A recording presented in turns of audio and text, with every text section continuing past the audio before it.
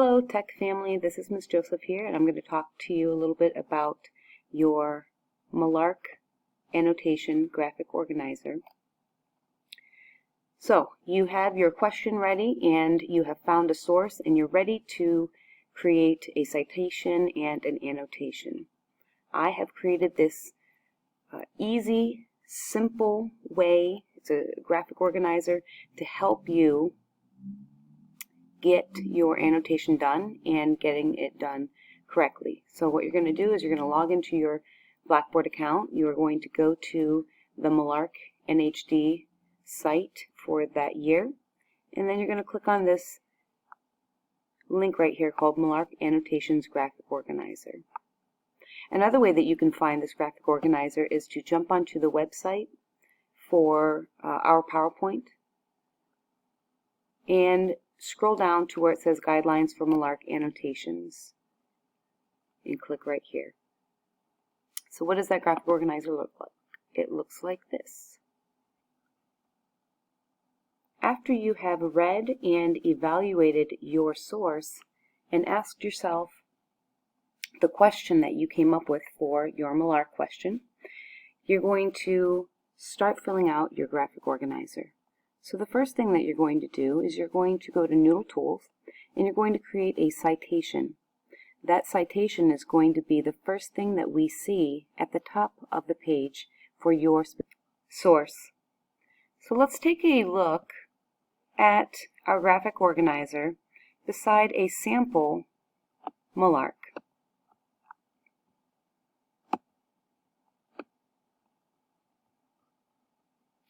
Alright, as you can see,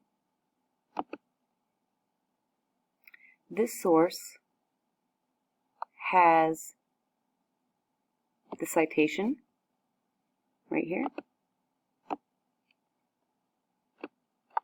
It has paragraph number 1, which is 1 to 2 sentences long.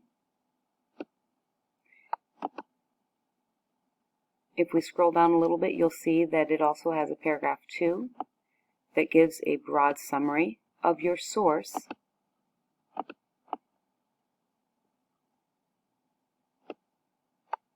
And that should be about 4 to 6 sentences long. And the last paragraph of your annotation should be about 6 or more sentences long.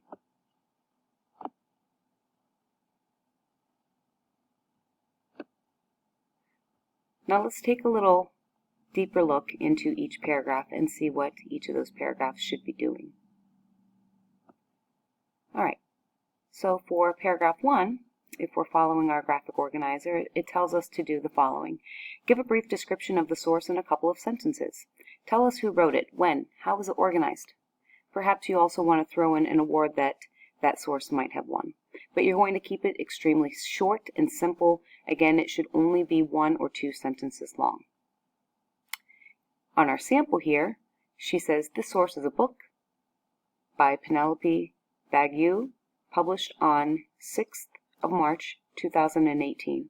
And this is actually the MLA format for dates. So she has done this correctly. Moving on to paragraph 2 of our annotation, it tells us to do the following. Give a broad summary of the source. Don't just summarize what you learned. Refer to your source in this section, not your topic. Approximately 4 to 6 sentences, and keep it simple. So, taking a deeper look at her second paragraph here, she says this book includes the stories of women who had important roles in changing science, entertainment, history, and the way women were viewed in society.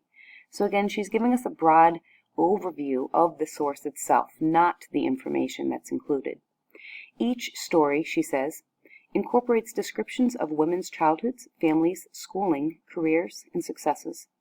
Bagu also includes illustrations of the women along with some of the practices of their careers. So, super simple, about 4 to 6 sentences or so. This is a summary overview of the actual book itself. Okay, lastly, we're going to take a look at paragraph 3.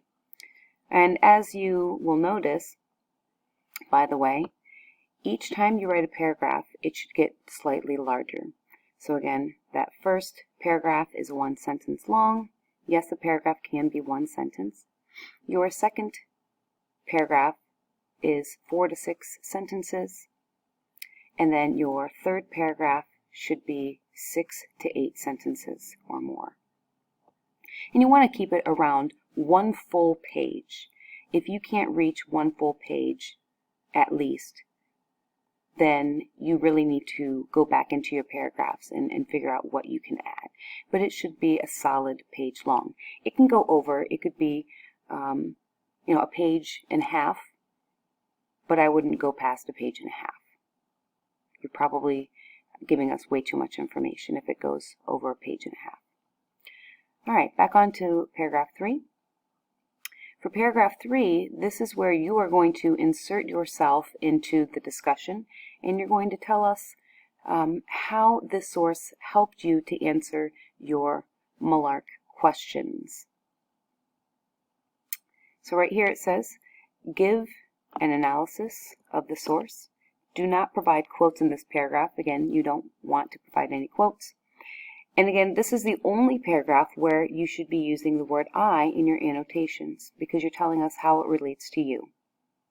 Restate these questions in the form of an answer and then answer them. So I've provided a series of questions that you are going to ask yourself, and when you answer those questions, you will put that into your paragraph, and that will be sufficient for helping you to create that third paragraph.